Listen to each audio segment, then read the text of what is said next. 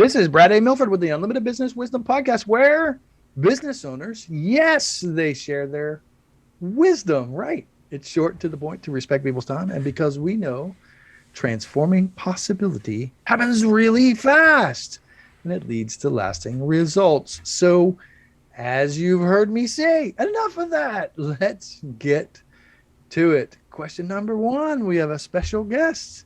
In a few sentences, share with me who you are and what you do. Well, thank you so much for having me on. I am Evan Johnson, and I am a podcast host and producer. My own podcast is called Path to Podcast Success, where I highlight unique and interesting entrepreneurs in the world of podcasting and in the broader world of entrepreneurship. What I do is I am a podcast producer. I have a podcast production agency where I help coaches, leaders, and other heart-centered entrepreneurs start, grow, and maintain their own podcasts, as well as I take over the production of an existing show so that I can help those entrepreneurs use a podcast to grow their business, because I might be a little biased, but I love podcasting. Indeed, you do. I know that to be true. You know, I've been wanting to do this for a long time, so I won't totally do this to you. But I've been wanting to say, after that question, like in a few sentences, tell me who you are and what you do, right? And someone give their name and tell me, and then I want to say, no, you don't, and just listen to the response.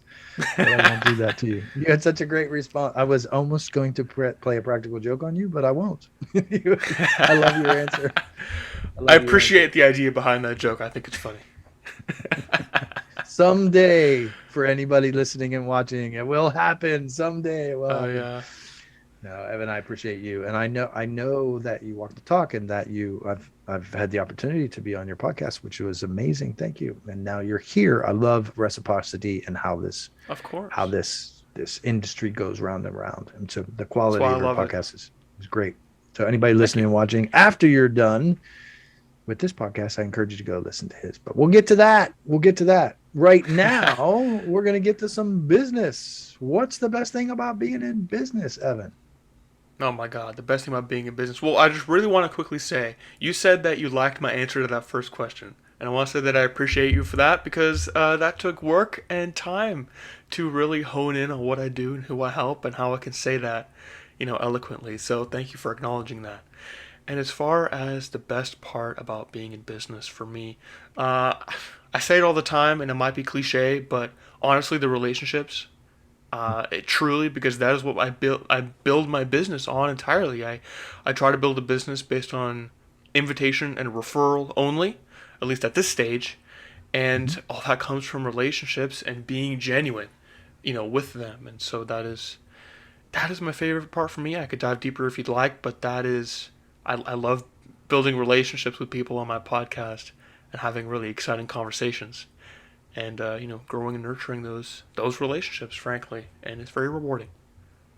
Love it, and I mean that sincerely, truly love it. I know I say that a lot, but I mean it a lot. Relationships. In this podcasting world, relationships are so powerful, and so I'm not shocked or surprised to hear you say that. Nor am I shocked or surprised to hear you say that you work primarily on referral at this stage.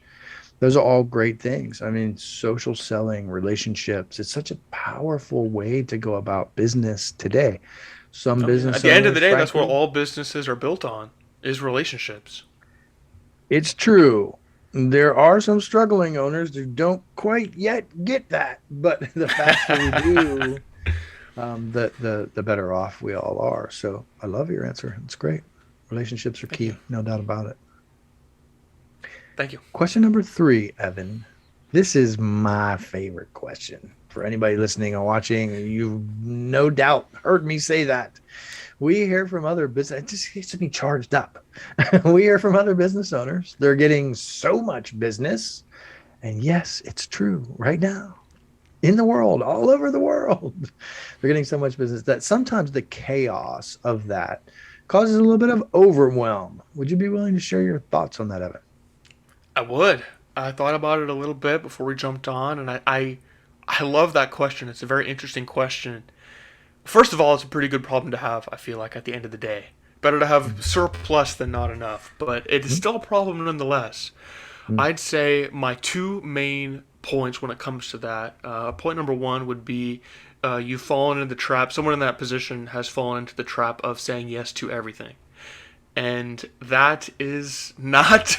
There's a lot of power in saying no. And I have learned that. I've had my own experience with that. All entrepreneurs see that at some point because the allure of that extra money or whatever it might be is always very powerful. It's very difficult to say no. But if it's not in your zone of genius, shout out to The Big Leap, by the way, Gay Hendricks, amazing, fantastic book. If it's not in your zone of genius, don't do it. So there's reason number one people will be in that problem is because they are saying yes to everything. And reason number two is because they are afraid to outsource. Now this might be a little I might be a little bit biased as someone whose business revolves around people outsourcing stuff to me. But at the end of the day, it is true that when you get to a certain level of business, you need to outsource everything that's not in your zone of genius. Because other people, their zone of genius is, not what yours is. So you need to outsource those tasks to them. They can do it better than you, they can do it faster than you, and they let you focus on what you do best. And so if you keep both of those things in mind, I feel like if you learn the power of saying no, and if you are willing and open to outsourcing, even if your business is your baby, right, which is the case for most people, if you are open and comfortable with outsourcing, then that problem I feel like can be very easily avoided. So those are my thoughts on that.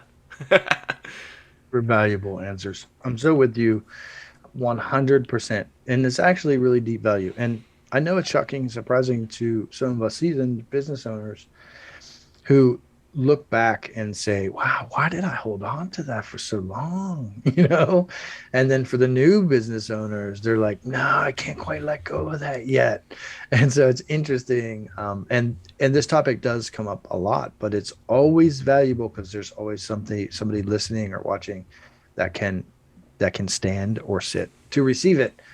Very valuable stuff. Like saying no is much more. I know there's a lot of cliche answers out there, and there's all kinds of quotes about saying no is more important than saying yes. But it's because it's so relevant, because it's so true.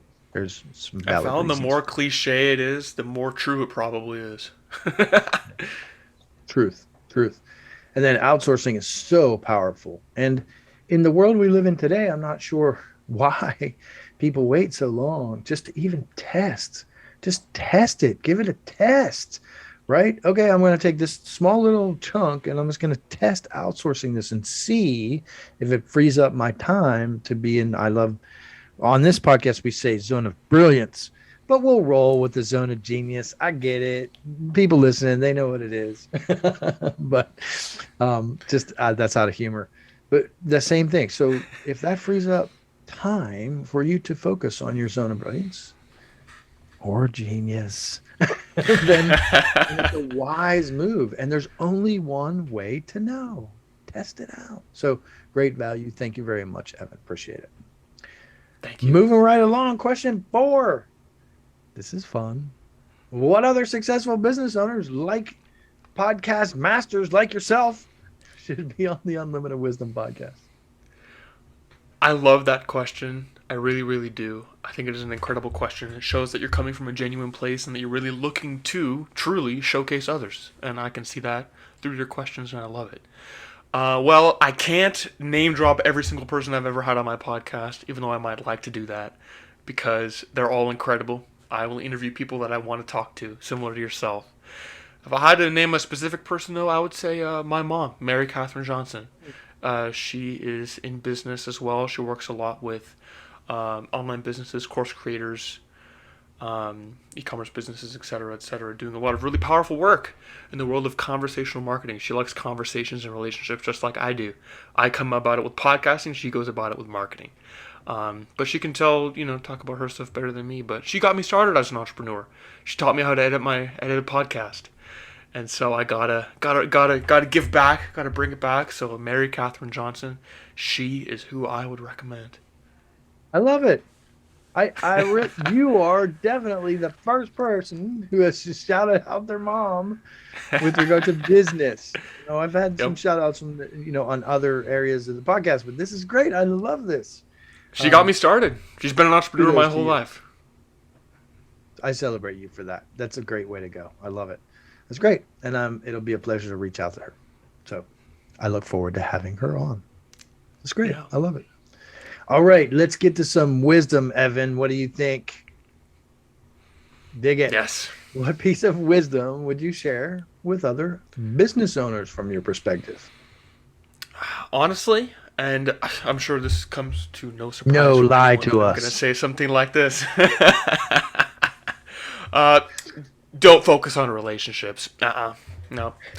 But so if I'm not going to lie, then I would say do, actually. I mean, like I said, I know everyone's probably expecting me to say it, but honestly, focus on relationships and do it in a very, very genuine way, because even if you don't have a client-based business like me, and even if you're really just deep into other more standard marketing strategies, which is fine, you can always find time for relationships. I personally do that by inviting them on my podcast and doing exactly what you're doing right now, which is highlighting and showcasing them and giving them a platform to shine and know that they are appreciated and seen by other people in the entrepreneurial community. And I think that is incredibly powerful. And then I really try to be as genuine as I can and care about the people I talk to. And I always like to, one fun thing, because I'm big about actionable advice. One fun thing that I have done that has helped me to stand out, I feel like, and has really helped prove my genuine stance when it comes to this, is I send a thank you card, a handwritten thank you card, to everyone that I have on my podcast as a guest. I ask for their address, and if they are comfortable giving it to me, I send them a handwritten thank you card, just expressing my appreciation for them coming on my show. And so things like that, and you can be creative with it, but find a way to be genuine and put others first and be a go-giver. Shout out to The Go-Giver by Bob Burg, another fantastic book. Just do that. Find a unique way. Find a way that you can take, the spirit of that book and the spirit of what the title represents, Go-Giver. Take that and run with it. That would honestly be my main piece of business advice. And also start a podcast. Podcasts are awesome. I love it, and it's a great way to do that, to build relationships. So there's my little I love it. plug there. I gotta throw in podcasting. It's what I do, but it all comes down to relationships. So there's my advice. I love it. Great advice all the way around. Kindness, being genuine, being authentic, building relationships. It is shocking and surprising to me that how many people this escapes. But in the world we live in today, in the market we live in today. So you mentioned marketing a little bit. In the market that we live in today, that old 1960s, 1970s approach with the spray and pray and the outreach messages, like slamming people with links and stuff, that just doesn't work in the market that we live in the world that we live in today. It's a whole different world. So Yep. I really, it's simple advice, but it's very powerful advice. People still, this is a conversation that still needs to be had on a regular basis in many, many industries. So I celebrate you for what you're sharing. We're going to dive in a little bit more to the podcast. Before we do, though, Bob Burg is one of my favorites. Hit that book. So I just really want to highlight him for just a moment.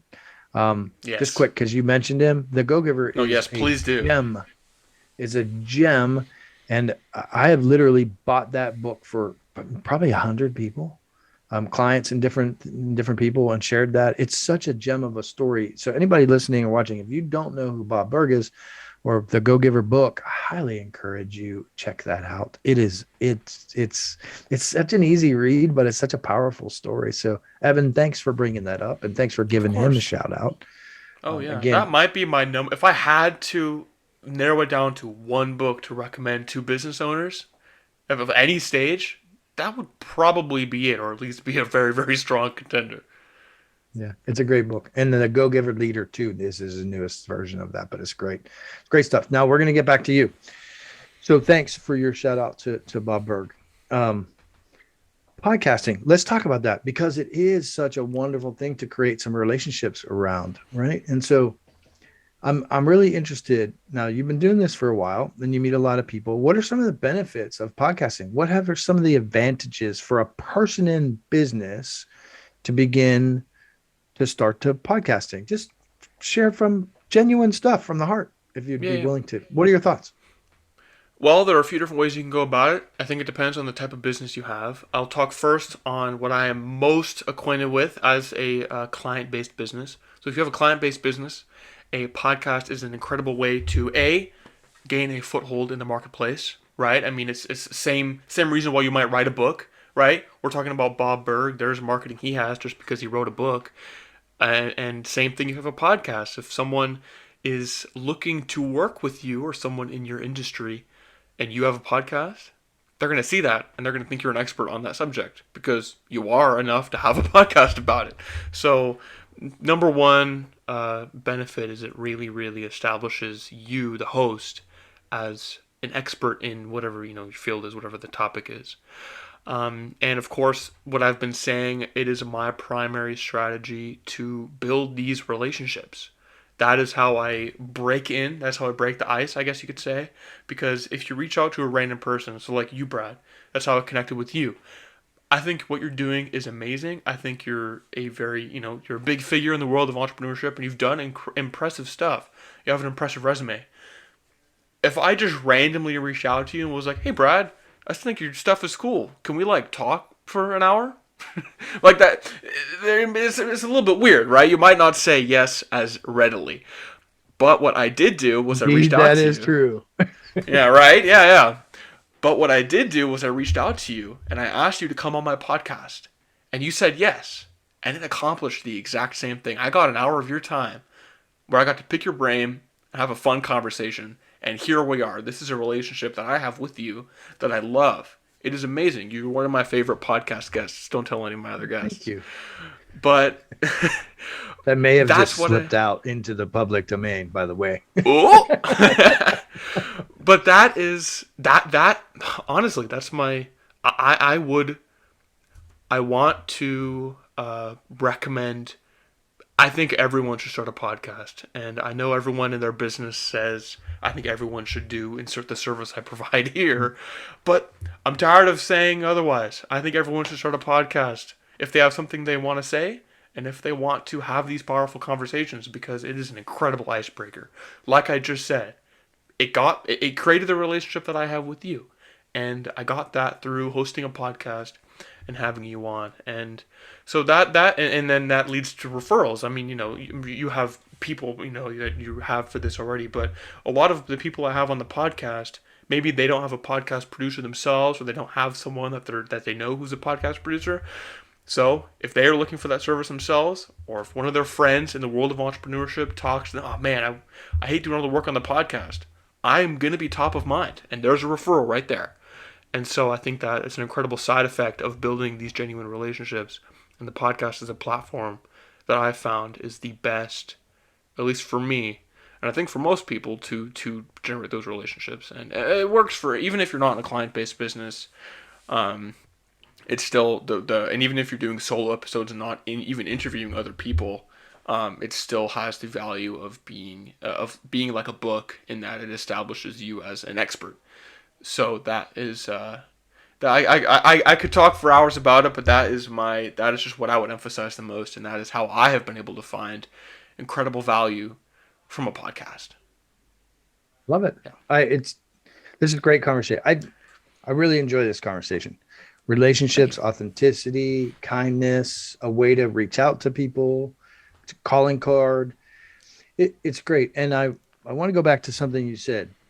When we do reach a certain level in business, look, as entrepreneurs, we want to serve deeply. The best entrepreneurs out there, it's all about service. It's all about creating impact and influence in the world. Many of us are aspiring, at different leadership levels and all this stuff.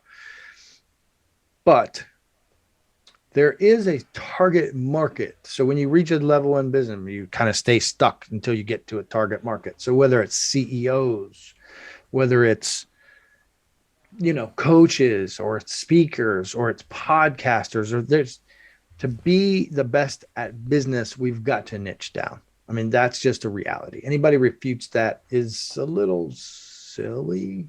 And I'd love to have you on my podcast and we can chat about that. But I mean, to niche is really to help, to help us scale, right? So if you know your niche and you have a podcast, then it's a great way to reach out to people. But I still, let me go back to that comment you said about, hey, if somebody wanted an hour, am I done? I still get these messages, and I imagine you do too, Evan. And they say like, hey, I'd like to pick your brain. Can we go to lunch? Or, hey, I want to, I'd like to reach out to you. Let's hop on a call. But there's no intention about it.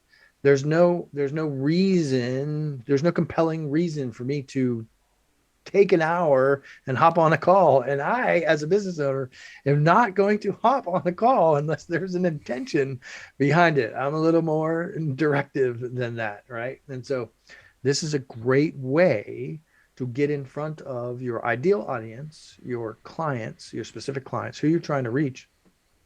Or it could just be, maybe it's not business oriented, right? Maybe it's something that you're just really extremely enthusiastic about, right? Or, just a hobby of yours that you're just really passionate about. And so I love what you do, Evan. And I love how you frame that up. It can be powerful in business, but it can be a powerful hobby as well. So Very do you easy to have start a people, podcast. Anybody could do it.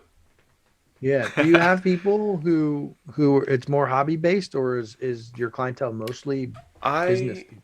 Curious. As far as my personal clients go, they're definitely more business people because I mean I'm a producer. I charge money to produce a podcast, and if someone is doing it as just like a hobby, unless they have a significant income, they're probably not going to. And I'm not just like there's like wrong with these people. I'm not just like a Fiverr guy who you don't really meet or talk to, and you just send the podcast to, and they charge you $10, and then you move on.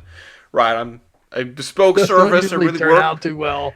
Yeah, and you get what you pay for, and I'd like to think I give a very high quality product. I do a good job. My team does a great job, and so I charge the amount of money that you would expect for something like that. So I typically don't work with hobbyists because they probably are not going to be as willing to spend that kind of money on Oh, we a got to on put you in producing a touch with some podcast.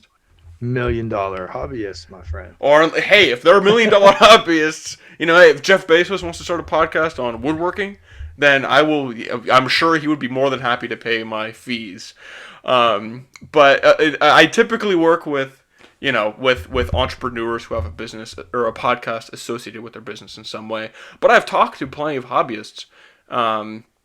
And I think it's incredible, and I'd love to work with those people because there's a lot of passion there. That's just they typically they might not be as willing to spend the money, but hey, that's not a rule. Love it. All right. One more question. Well, there's a couple more questions. We're going to get to the fun question here in a second.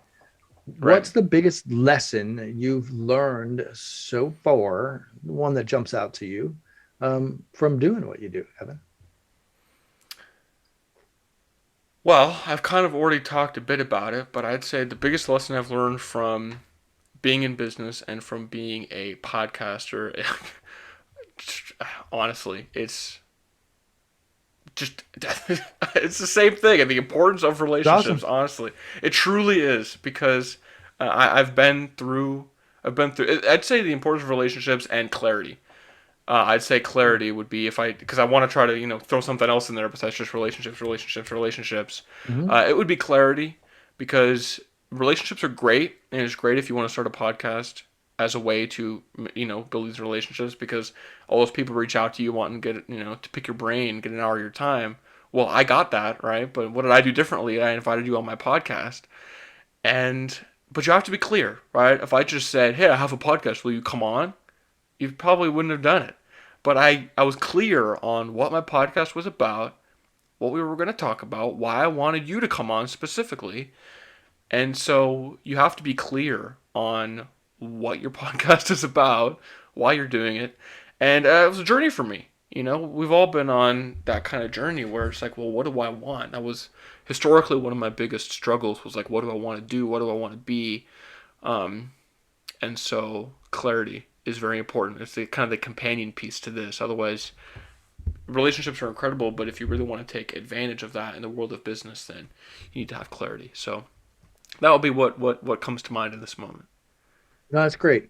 So this is an important point. So, and it's okay to have the same answer throughout. There's a strong theme to relationships. I love it. There's no harm in that.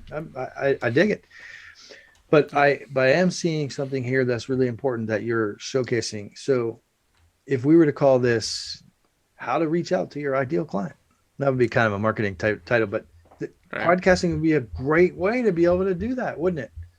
So, My favorite. and you need to be very clear in why. So I'm actually glad you said this. So let me be candid and honest. Unlimited Business Wisdom is probably not the best podcast name in the world. It's very general, it's very broad based. But I was very specific about what I wanted to do with this podcast. So if you're listening and watching, hey, look, you get some truth. I wanted to be in front of more business owners. So I used a general term. But if I wanted to be in front of CEOs, then I might say, the greatest leadership CEO podcast in the world or something, right? Or, you know, marketing, CEO precision success. marketing. Right. There you go. So being clear in who you're reaching out to and why you're reaching out to them is very key. And there's a lot of people that just aren't quite clear. So I'm glad you brought that up. It's not that they're not clear as a person. It's not about their personhood. Right. But you said in the beginning, we've kind of come full circle. You said in the beginning, when you shared who you are and what you do, that it took you a while. That was like, I liken that to peeling back the onion. But you said you spent time, you spent effort in peeling that back over time. Isn't that the case? Oh, yeah, yeah. No, what my answer, right? I help coaches, leaders, and other heart-centered entrepreneurs start, grow, and maintain podcasts. Blah blah blah blah blah. That succinct statement. I mean, a year ago, if I was in your podcast, my answer would not have been anywhere near as clear. And honestly, unlimited business wisdom is like a definitely a better name than some other names I've come across. So like, don't. You said that it wasn't the clearest name. It is. Trust me. It's good. It's a great. It's a fantastic name, actually. So yeah, but that's yeah. It did. It take me. It took me a while to learn that lesson. To really be comfortable niching out, because there's a little bit of mindset blocks around niching down. In the beginning, because then you think, well, what about all those other people, right? They'll pay me money. They'll give me money for stuff, right? Like no, if you focus on a specific person, yeah, that might be less people on the planet who you're trying to make, get to give you money, but they're more likely to do it than if you just focus on everyone. So, yeah, Love that's, this. yeah. I love this. Thanks for just being honest and authentic. Did you, Yeah. did you, we're going to talk about your favorite vacation here in just a moment, but Yeah, no, yeah, all you good. said basically a year ago, you weren't as clear. Did you just keep drilling down, drilling down, drilling down? Did you test, test, test? Was it through the relationships and people giving you feedback? How is it Yeah. that you think you got to a strong niche? Well, first of all, honestly, time was the main and most important factor of that. Time for me to kind of get my mindset right and just to be able to be with myself. And it did take time for me to realize, like, it kind of is. It's like the overnight, not success, I guess, but the overnight realization that happens after years, right? It did. Eventually, I woke up and I was like, no, you know what? Podcasting really is what I want to create in the world, and that's how I want to make an impact and give back to humanity. And I'd say so. Time's number one as far as kind of how I got to that realization. Otherwise, you have to be really mindful during that time about yourself and what you want, and reading books and consuming content with purpose. Right? Don't be like the serial reader where, oh my god, I read a book a day. Like, okay, well, come on. You read a book a day. I can't imagine you could actually implement Are everything you you learn. dogging me right now?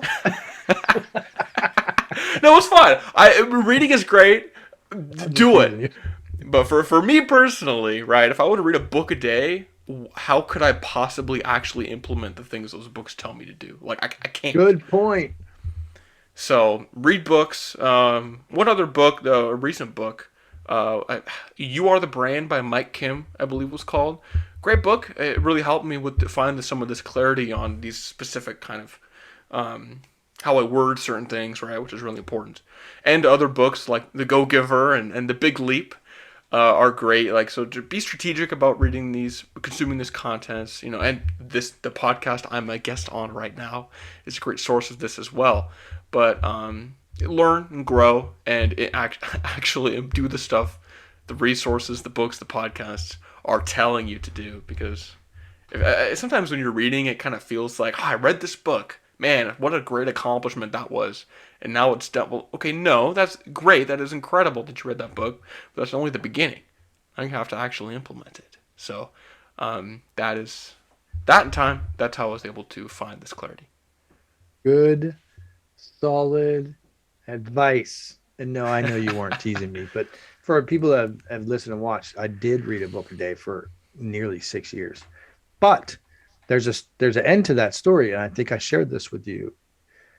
I was consuming so much content that there was not, my ambition wasn't equaling my action. And I said it differently, but that's what you said, is like, hey, if you're reading that much, then there's no way to implement what you're reading. And so thank you, Evan, for just saying that in a different way. It's such an important topic. There's so much information in the world that we live in today that if you're just grabbing these little snippets and you're not putting any of it into practice, then it's going to be really challenging to get to where you want to go.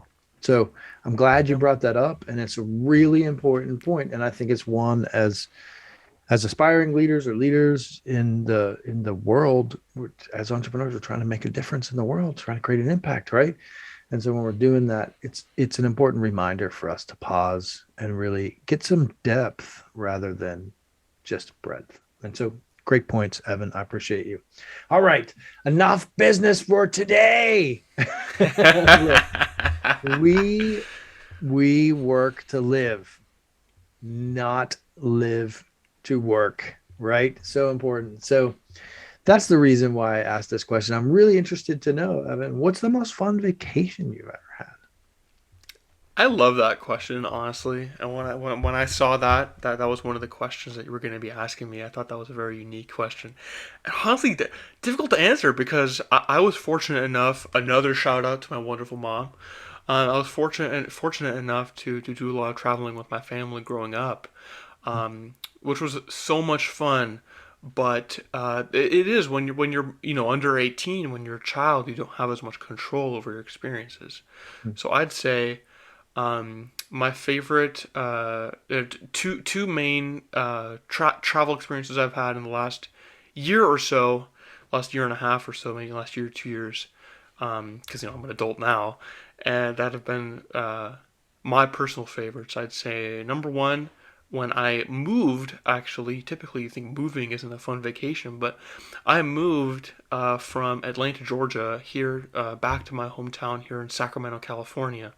I had a car and I drove. I had a friend who lives here in Sacramento fly out, meet me in Atlanta. We did the drive back together, and it was so much fun because we'd wake up that morning and be like, all right, where are we going to stop today? I don't know. Let's figure it out on the road. And so we just start driving and we just stopped wherever we stopped. And it was a lot of fun.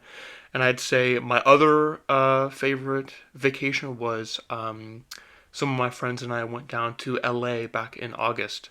I know a lot about LA. It kind of feels like home adjacent because I lived in West Hollywood for a few years back. But we did a trip down there because I wanted to see some concerts in the Hollywood Bowl, which was so much fun. I saw the Marvel movie Black Panther live to concert.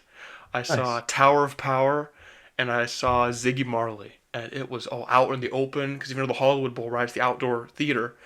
Oh man, it was stunning. It was beautiful, and I was down there for my birthday as well. And we made a whole week out of it, and we did a bunch of different things, explored the area. It was a lot of fun. So I'd say those were my two favorite vacations.